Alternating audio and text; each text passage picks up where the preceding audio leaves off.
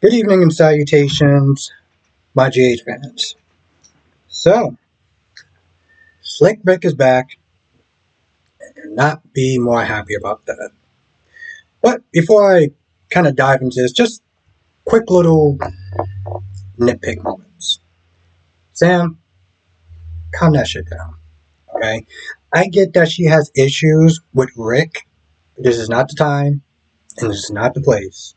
Like Alexis said, this is about Molly right now, okay? So, lose the attitude. Alexis, the fact that she got annoyed with Rick coming there kind of late.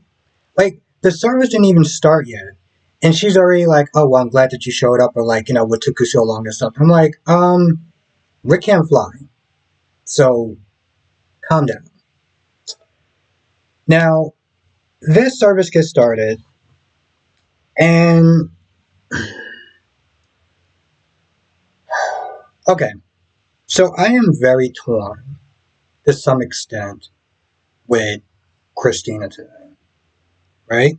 Because there's a point where Jordan's about to go up, and Christina just kind of cuts in front of her. And I'm like, on one hand, this was a very awkward moment for Molly and TJ when she started talking about the baby being inside her, kicking, and just all that joy that she got from that little girl being inside her, right?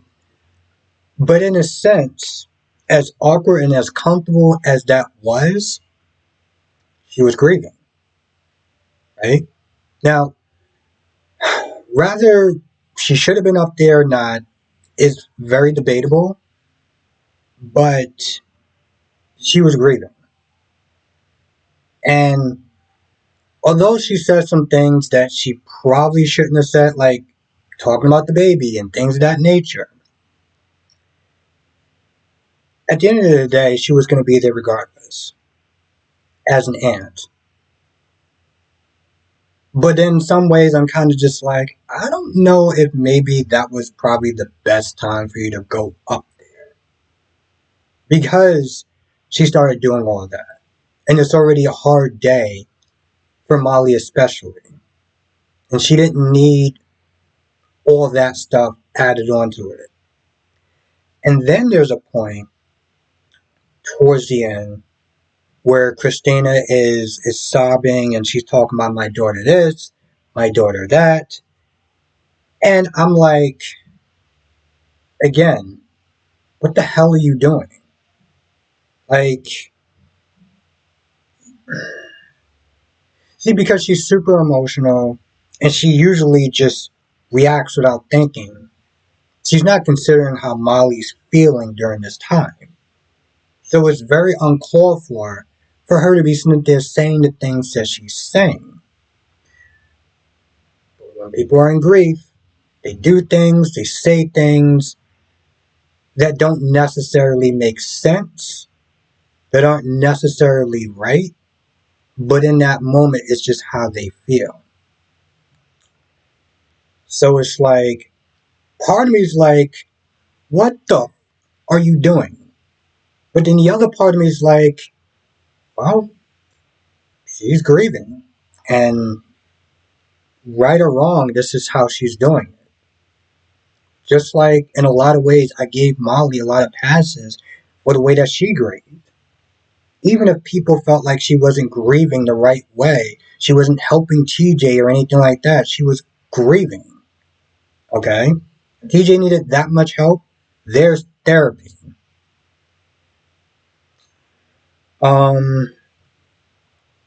Once she started sitting there saying all that, Molly had enough. Okay? And Molly pretty much is like, you're responsible for that little girl being in the ground. Because, yeah, it shouldn't have been at that damn hotel room protecting your dad. You should have been protecting my child that was in your stomach for 9 months. And, she keep talking about how she had to be there. No, you didn't. No, you did not.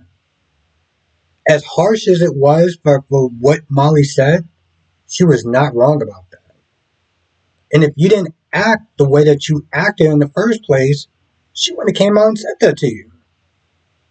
So, like, don't get upset with her because of the way that you're acting. That was going to wind up happening. But again, very, very complex. Now let's talk about Trina and Josslyn. Okay, so I'm gonna sit there and give a shout out to Nikki K because yesterday I understood where both of them were coming from. I understood where Trina was coming from. I understood where Josslyn was coming from. But as far as Josslyn's concerned, what she said was 100% correct. Now, I still side with Trina as well because at the end of the day, who the hell are you to sit there and tell me who I could be hanging out with or who I should be hanging out with? You know, you bag on me for being with Ava, who's sketchy, but I mean, you turn a blind eye towards people in your life that's sketchy. But again, shout out to Nikki because and she was spot on about this. So she says, so you become friends after the fact with a woman who is directly responsible for your best friend's brother's death. I'm going to say that again. You're my friend, but you're actively hanging out with and defending a woman who is responsible for my brother's death. And she is not wrong, okay? You are hanging out with somebody who caused her brother's demise.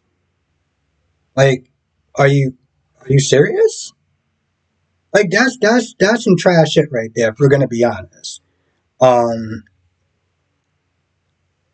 and it is what it is. But again, I understand where Trina's coming from, because at the end of the day it's like, who the hell are you to sit there and tell me what friends I can and can't be with? Now, eventually they both apologize to each other and they kind of agreed to just be like, Jocelyn, hey, listen, I'm not gonna sit there and tell you who your friends are and aren't or whatever. Which is good because, we don't need this long feud out, whatever, lasting for like weeks and months and stuff. Because in the beginning, they walked past each other and just gave each other dirty looks. Um, so yeah, that happened. Now Sunny is sitting there trying to give Ava a lifeline, but Ava don't trust Sunny, and Ava sit there and think that Sunny is going to wind up killing her.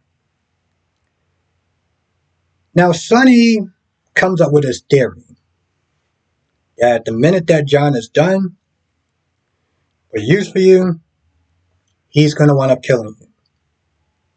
And he goes into this whole string theory about how and why that's going to wind up happening.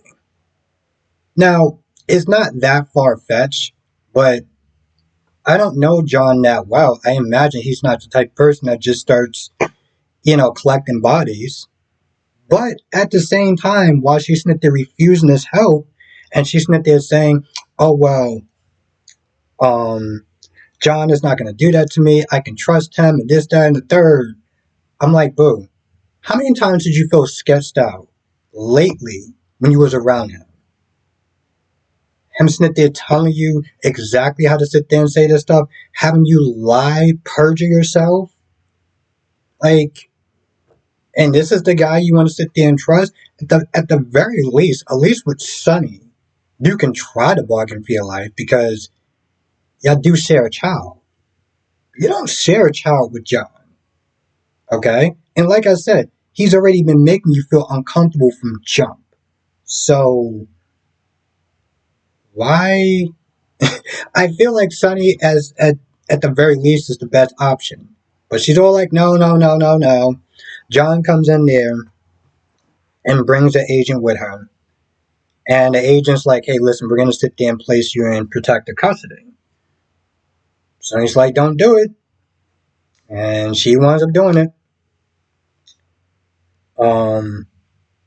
So at this point, it was like, Ava, listen, whatever happens to you, that's on you. You had the good option. You chose to go with unhinged John. So whatever. Um,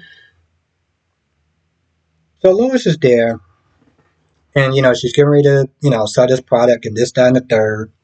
Tracy's having concerns about it, like, oh, I don't know if she can actually do it or not. I'm like, I agree with Max. It was like, Tracy, is a little bit too little, too late to be, you know, having second thoughts now.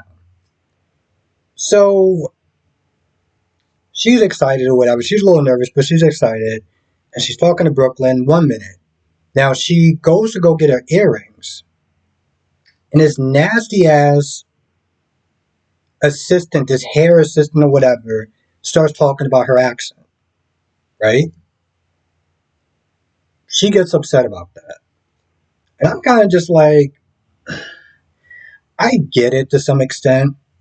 Like, people will sit there and say mean things about me all the time. And for me, it's just another Tuesday or Wednesday.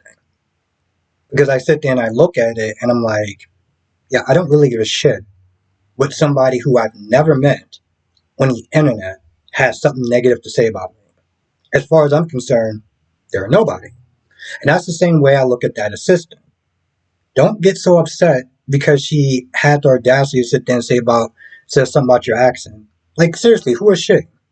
She's a nobody. She's a nobody and she's a nothing. But it bothered her, right? So Brooklyn does her best to sit there and cheer her back up.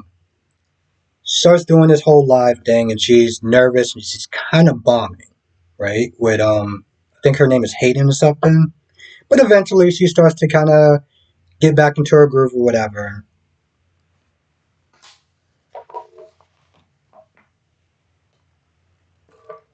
And she starts doing good again.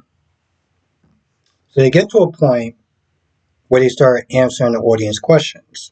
And this, try not to use certain words that I generally don't like saying. This woman is acting like a real blank. And she comes on there acting like some know-it-all. Like, oh, well, let me give you some advice.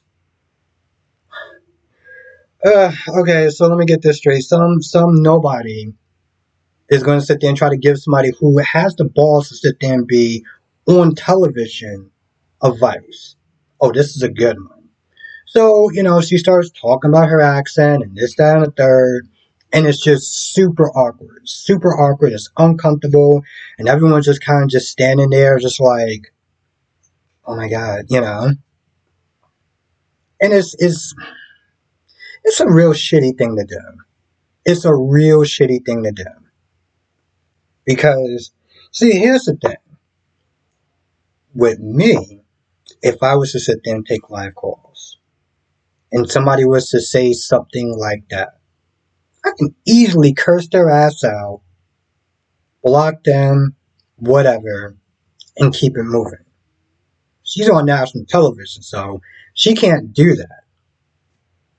I mean, she could just probably just tell them to hang up the phone call or whatever and just kind of keep it moving. But, I don't know, it's just one of those things where it's like, it sucks, right? Sucks getting negative comments or whatever, and it's not something that you can easily bounce back from. Not everyone can do it. Some people either just get used to it and they can move on, and some people. So I felt for her. Bottom line.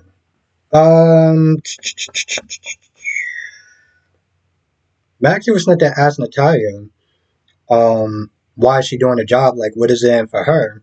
Why is she sitting there doing this with Sonny or whatever? And she gives her reasons. Don't really understand what was the point of Maxie asking that. I'm going to be honest. I felt like that was kind of just like more to stretch out the clock. Kind of like the whole Cody and James scene was.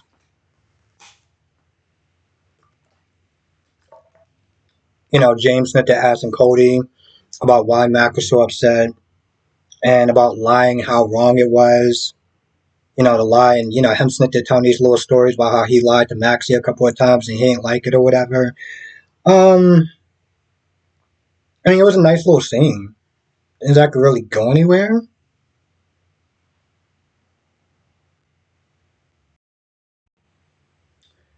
I feel like that's about it for the most part. And the people were there were Portia and Curtis, and I don't know if Marshall was there. I think Marshall might have been there.